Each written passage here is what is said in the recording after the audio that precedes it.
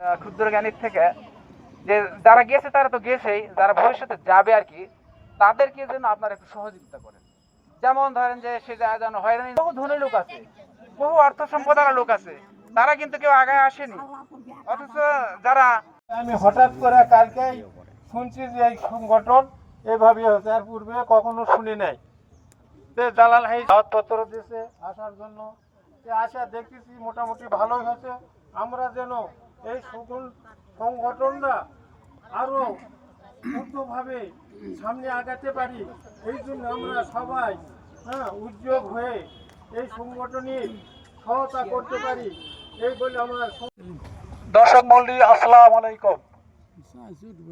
আসলে এই যে প্রবাসী যারা থাকে, তারা যে কত পরিশ্রম করে, কত টাকা, অনেকে যে টাকা ঋণ করে বিদেশে যায়, যাওয়ার পর বিদেশে তারা কত টাকা পয়সা কষ্ট করে অর্জন করে, তারা যে একটা মহত্তর উপদেষ্টা মণ্ডলে আছি আমরা, দেখবো যে এলাকার যারা দুস্থ অসহায় ব্যক্তি যারা আছে তাদেরকে আমরা এভাবে বাছাই করবো এবং তাদের দিক নির্দেশনা নিয়ে আমরা এই কার্যক্রমগুলো পরিচালনা করবো।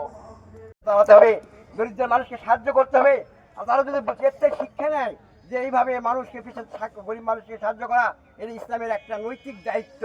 আপনি নিজে খেয়ে করে বাঁচবেন, টাকা পয়সা নিয়ে গরিব মানুষ না খেয়ে থাকবে, শীতে কত কষ্ট পাবে, এটা ইসলামের আদর্শ নয়। তাই এই একটা ইমানের দায়িত্ব হিসাবে তারা যে উদ্যোগ নিয়েছে, এর পরিপ্রেক্ষিতে আমরা দেশের মানুষ তাদের এই উদ্যোগটাকে সহযোগিতা করার জন্যই আপনার চেষ্টা করতেছি।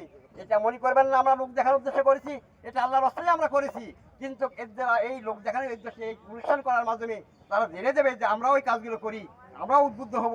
গরিবের পিছনে মাঠে উপস্থিত ছিল আজকের আমাদের এই প্রবাসীদের যাদের পিতা, তাদেরকে নিয়ে আজকের সভাপতি মহোদয়ের উপস্থিতিতে অনেক সুন্দর সুন্দর আলোচনার মাধ্যমে আজকে যে কমিউনিটি ক্লিনিকের উদ্যোগে যে প্রবাসী রয়েছেন দেশের বাহিরে ঘাম ঝরানো অর্থ দিয়ে আজকের এই শোলগাছি ইউনিয়নের দরিদ্র এবং অসুস্থদের মাঝে কিছু